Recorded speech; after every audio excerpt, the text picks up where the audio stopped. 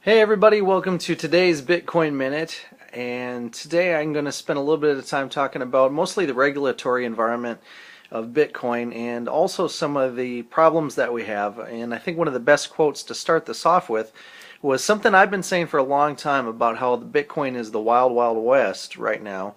And it's going to attract a lot of innovators, and there's not any regulations in place, or at least very few regulations, and so it's kind of a place where entrepreneurs and outlaws combine, and that's for me what makes it personally really exciting. And it was neat to see that one of the Winklevoss twins. There was regulatory hearings in New York City today, and one of the Winklevoss twins, let's see, it wasn't Tyler, it was his brother, Cameron, mentioned this whole wild, wild west scenario. And he said one thing that I do believe in, which is that ultimately regulation will become, play the biggest role in Bitcoin's forthcoming evolution, he said. And, this is a double-edged sword, the regulation of Bitcoin. And probably the greatest amount of comments and posts and questions I've gotten has to do with BitInstant's CEO, Charlie, what is his last name? Charlie Shrem from BitInstant. Now, this was a guy on the board of the Bitcoin Foundation, which is seen as like the kind of the main advocacy center for Bitcoin over the years. I have a friend that's on the Bitcoin Foundation as well, and this was kind of a big blow to them that Charlie was arrested for money laundering recently.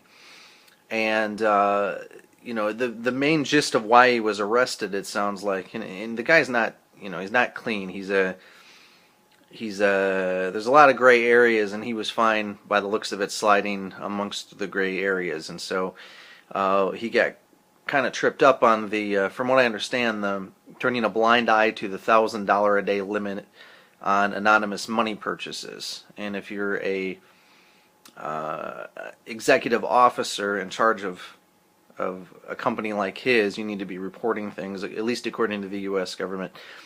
Not something I approve of. I don't approve of those kinds of regulations from the U.S. government, but nevertheless, that is what tripped him up. My take on Charlie's arrest is that, most people that have contacted me think this is some kind of a major blow for Bitcoin. This isn't a major blow for Bitcoin. This is kind of akin to the president or CEO of a large bank getting indicted for money laundering, right? It's not going to crash the dollar if that happens. It's the same thing here. BitInstant with Mr. Shrem getting indicted in this, it's not going to crash Bitcoin. In fact, Bitcoin is beyond any one nation, let alone one individual, one president or CEO or executive officer. So something to consider. It's, in fact, those of us that really believe in Bitcoin, when we saw the market take a little bit of a dip, we saw the price of Bitcoin go down, our forums lit up, our Bitcoin group online lit up, and people were buying, and some people made really good money in the period of 24 hours before it returned to the price it was at before. So something to consider is that there are some emotional investors in Bitcoin right now, and when they see some major headlines in the media that say, world's coming to an end, a major figure in Bitcoin is being accused of money laundering, well, to those of us in the know, that doesn't really mean anything, because Bitcoin is way, way beyond that kind of an influence. So that's that. That's about all I want to say about Charlie Shrem. I do believe in the Bitcoin Foundation, and they have already recovered. He's resigned from the board. It is a really good organization, and I think they need our support and understand that it is the wild, wild west, and there's going to be some casualties out there, good and bad and indifferent, and we'll let history be the judge of that. But it is a good organization that I want to support and lend my support to.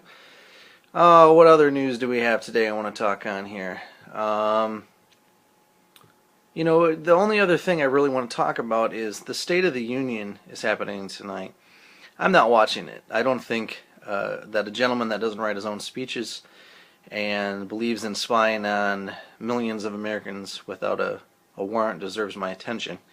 He deserves my my pushing back and my holding to the fire, so to speak, my holding him accountable to what our nation is founded on, with respect at the same time there. And so I'm not watching that, but one thing I did watch was Edward Snowden's interview. And I love Edward Snowden. I think that guy is amazing. I think he's one of the unsung, not unsung, I think he is one of the heroes of our generation and will go down in history as a defender of freedom and liberty. And I have to think that the principles of freedom and of the natural man and the negative rights that we have, if you haven't heard that term, look up negative rights online today. They're encompassed in Bitcoin. You know, you have a right to transfer your assets to somebody else without somebody telling you that by the use of force, that you don't have that right. You have a right to have those assets protected. And unfortunately nowadays those are dangerous words. Those are words that the government doesn't want to let people think about or say or speak. And they're words that need to be said. And people need to be growing in their education of the principles of freedom and liberty. And that's one of the things that attracted me personally to Bitcoin. And hopefully one of the things that you'll grow to love about Bitcoin too. Now there's a lot of development that needs to happen with Bitcoin. It's still in its infancy. It's still in the wild, wild west. But the principles are so sound, it's like betting against America. You know, there was fledgling years in America too. But the principles are sound, and the principles for many people are worth fighting for and even dying for. And that's kind of one of the exciting things about being alive in this day and age. Is there are some real lovers of freedom and in the principles of freedom, and these kind of people flock to Bitcoin, and as the haters turn into converts, either because they catch it or because they're forced to, we're going to see a different world in many ways. Kind of like how the internet changed communication, Bitcoin is changing the financial structure of the world. So that's it for today. Hope that was enough for you today. Hope that answered some questions on BitInstant. It's not going to crash Bitcoin. In fact, it barely is. It's a glitch, and a real glitch, not an Obamacare glitch. This is a real glitch that barely affects Bitcoin. So thanks a lot for watching.